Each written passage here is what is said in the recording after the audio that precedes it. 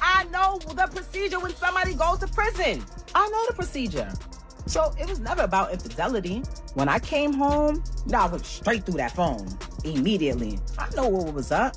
When I had to fight baby mothers at mother-in-law's houses on Thanksgiving, I knew that girl wasn't lying about what she was saying was going on while I was saying. I knew she wasn't lying. I just was mad. I knew she wasn't lying, though. If we keeping it a bean, I knew she wasn't lying. You refuse to tell people, hey, me and Rem haven't even slept in the same bed since May 2022. You don't want to tell nobody that. You were so wrapped up in the whole black love thing. That was your thing. That was the only thing you had. And I realized that. And I respected that. You know what? I don't need to be out here telling people you ain't this and you ain't got this and you ain't doing this and you ain't that. Whoever get you, they'll see. What women? How do y'all think y'all know what people? What do you tell somebody being broke to y'all? Because I see a lot of this like upgrade, downgrade. So and so's broke. This one's broke. Like, what are y'all talking about? Y'all don't know what people have. Actually, my ex might be the least income making person that I've ever been with. Ever. Everybody included. It's my house. I paid for it. All 1 million, 0.3, whatever I pay in cash. With my name on it only. I take care of the kid. I take care of it. So I say, here, you go, you move over here. You're a piece of papoose. You really are. You have turned into a piece of shit. This right here, the gambling, the failures that you've had in your career or whatever that didn't pan out how you wanted to, has turned you into somebody else. If that was my friend, I would be like, girl, you just turned 30 years old. You are a world champion. You are accomplished. You have made it from out the ghetto, from the slums, from the depths of Flint, Michigan. You don't got no kids. You have your whole life ahead of you. Well, why are you attaching yourself to this 47-year-old man that doesn't have anything going, has no career, no job, no income, except for the income that he's claiming off of your percentage because he's your manager? Got you out here talking, looking crazy.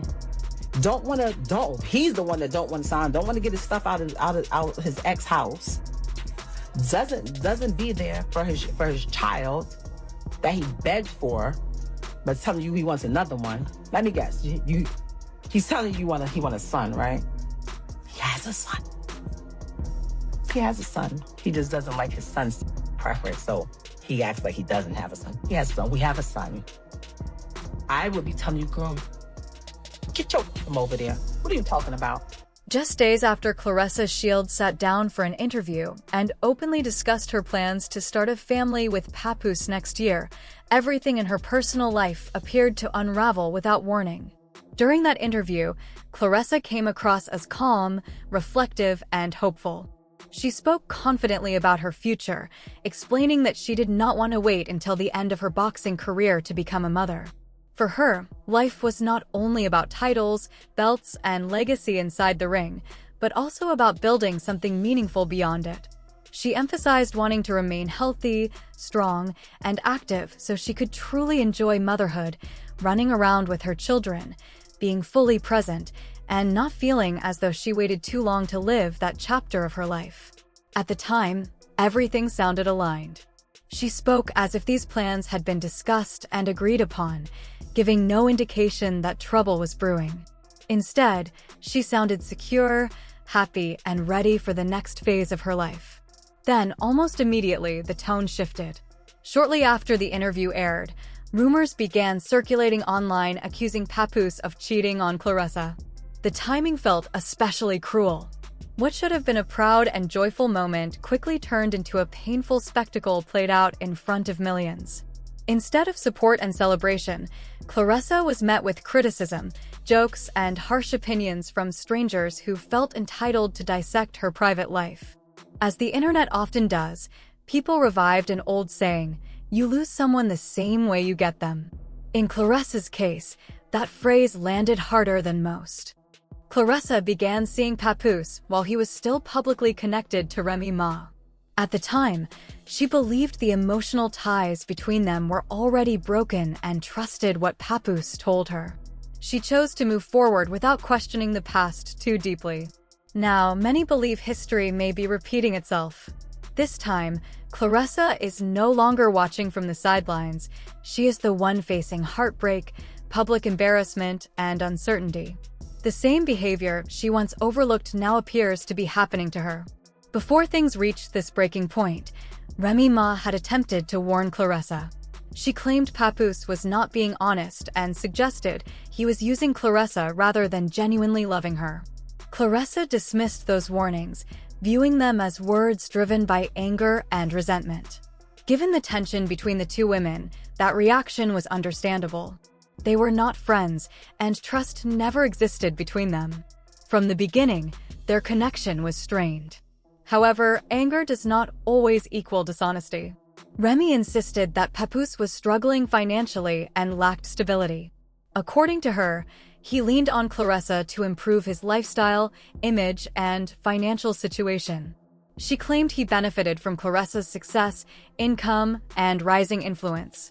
At the time, Claressa refused to believe it, feeling Remy was interfering rather than protecting her. As more details surfaced, the tension between the two women intensified. The situation truly exploded when Remy shared private messages allegedly between Claressa and Papoose. Remy claimed she discovered those messages on Papoose's phone while he was asleep at her home. According to her, he had fallen asleep on the phone with Claressa and refused to leave Remy's place. She said that when Claressa heard her voice in the background, she panicked and immediately hung up. For Remy, that moment confirmed everything she had suspected. You're a piece of shit, Papoose. You really are. You have turned into a piece of shit. This right here, the gambling, the failures that you've had in your career or whatever that didn't pan out how you wanted to, has turned you into somebody else. If that was my friend, I would be like, girl, you just turned 30 years old. You are a world champion. You are accomplished. You have made it from out the ghetto, from the slums, from the depths of Flint, Michigan. You don't got no kids. You have your whole life ahead of you. Well, why are you attaching yourself to this 47-year-old man that doesn't have anything going, has no career, no job, no income, except for the income that he's claiming off of your percentage because it's your text messages and put my number out on her page that got 10 million followers. She did that. Putting everybody in our... From there, the drama escalated rapidly. Remy accused Claressa's public relations team of pushing false narratives to paint her as bitter while presenting Papoose as loyal and innocent.